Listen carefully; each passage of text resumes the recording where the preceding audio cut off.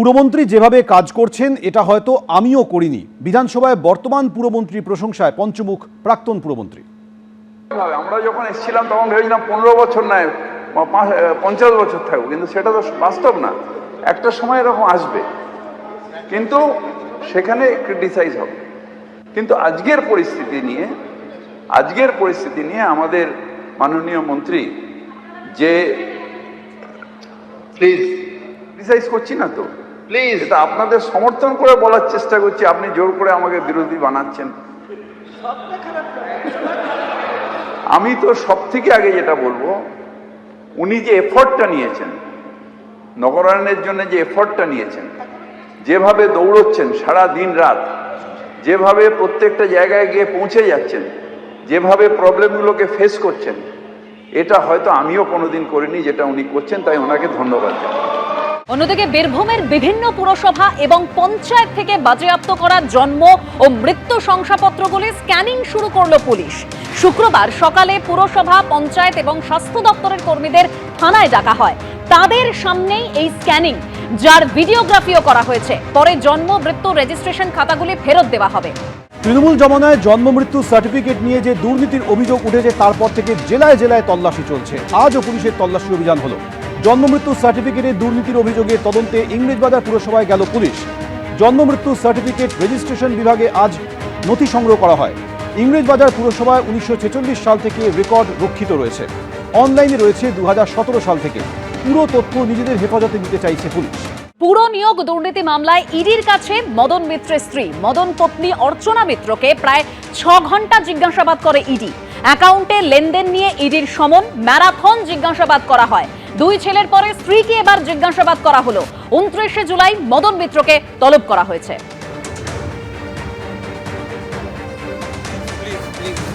একটু যেতে দিন, যেতে দিন।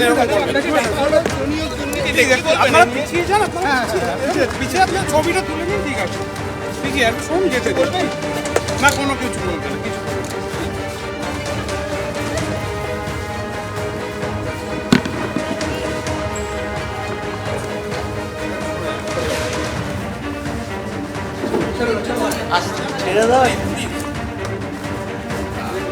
অভিযোগের পাহাড়ে সেবাশ্রয়। আগামীকাল বিধানসভায় মুখ্যমন্ত্রী তিনি বিবৃতি দিতে চলেছেন। অভিষেক বন্দ্যোপাধ্যায় সেবাশ্রয় নিয়ে একের পর এক অভিযোগ। সেবাশ্রয় নিয়ে এবার বিধানসভায় সরব হয়েছেন ফলতার বিজেপি বিধায়ক।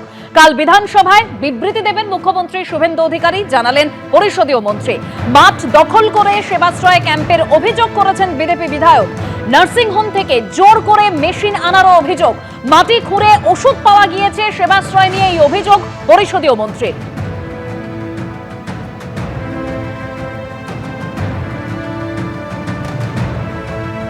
এই সেবাশ্রয় ক্যাম্প নিয়ে বলতে গেলে, এই আমাদের ফলতাতে মাটির নিচ থেকে সেবাশ্রয় ক্যাম্পের ওষুধ পাওয়া যাচ্ছে। সংক্ষেপে মাটির নিচ থেকে সেবাশ্রয় ক্যাম্পের ওষুধ পাওয়া যাচ্ছে। স্যার, এখানে যত নার্সিংহোম রয়েছে তাদের ফোর্স সৃষ্টি করে কারুর কাছে ইসিজি মেশিন, কারুর কাছ থেকে স্যার এক্স রে মেশিন সমস্ত কি নিয়ে যাওয়া হয়েছে। সেখান থেকে সব জায়গা থেকে সব এগুলো পুলিশ তদন্তের স্বার্থে সিজ করে নিয়ে যাচ্ছে। এখন স্বাস্থ্য পরিষেবা পুরো ভেঙে পড়েছে। স্যার, এখানে স্যার আপনি স্যার দেখতে পাবেন, কয়েকদিন যাবত দেখা যাচ্ছে যে কয়েকটা এফআইআর হয়েছে সেবাশ্রয় ক্যাম্প নিয়ে, তার তদন্ত চলছে। স্যার, এখানে আমার বলার যেটা স্যার, যেভাবে সেবাশ্রয় ক্যাম্পে এইরকম পরিবেশ পরিস্থিতি রয়েছে, যেখানে স্বাস্থ্য পরিষেবা যুক্ত, যেখানে স্যার স্বাস্থ্য করতে গিয়ে কয়েকজন বিকলাঙ্গও হয়ে গেছে, এবং যে ওষুধগুলো চিকিৎসা করা হয়েছিল সেগুলো মাটির নিচে পড়ে গর্তগুলো পুঁতে দেওয়া হয়েছে। স্যার, এরপরে আমি স্যার, এবং যে খেলার মাঠের ওপরে এখনো ডায়মন্ড হারবার এবং ফলতা দুটো বড় বড় মাঠ, ডায়মন্ড হারবার সাব ডিভিশন মাঠের ওপরে এখনো পর্যন্ত সেবাশ্রয় ক্যাম্প রয়েছে, এবং ফলতার খেলার মাঠের ওপরে সেবাশ্রয় ক্যাম্প এখনো পর্যন্ত স্টিল এক্সিস্ট। এবং স্যার, সব থেকে বড় জিনিস স্যার যেটা বলার, লোকের মুখে শোনা যাচ্ছে 4 তারিখ 12টার পরে নাকি ওখানে বিজেপি যারা করতো তাদের নিয়ে এসে সেবা করা হতো, সেই জন্য সেবাশ্রয় ক্যাম্পগুলো রেখে দেওয়া হয়েছিল। পরবর্তীকালে খুঁজে পাওয়া যায়নি। অত্যন্ত গুরুত্বপূর্ণ অভিযোগ এই সেবাশ্রয় নিয়ে এসছে, সেটা ফলতা বা ডায়মন্ড হারবার, নন্দীগ্রাম ইত্যাদি প্রত্যেকটি ক্ষেত্রেই সেবাশ্রয়ের নিয়ে যে অভিযোগ এসছে, সেই অভিযোগ নিয়ে মাননীয় মুখ্যমন্ত্রী আগামীকাল বিধানসভার সদস্যদের সামনে তিনি একটি বিবৃতি দেবেন। এবিপি আনন্দ, এগিয়ে থাকে, এগিয়ে রাখে।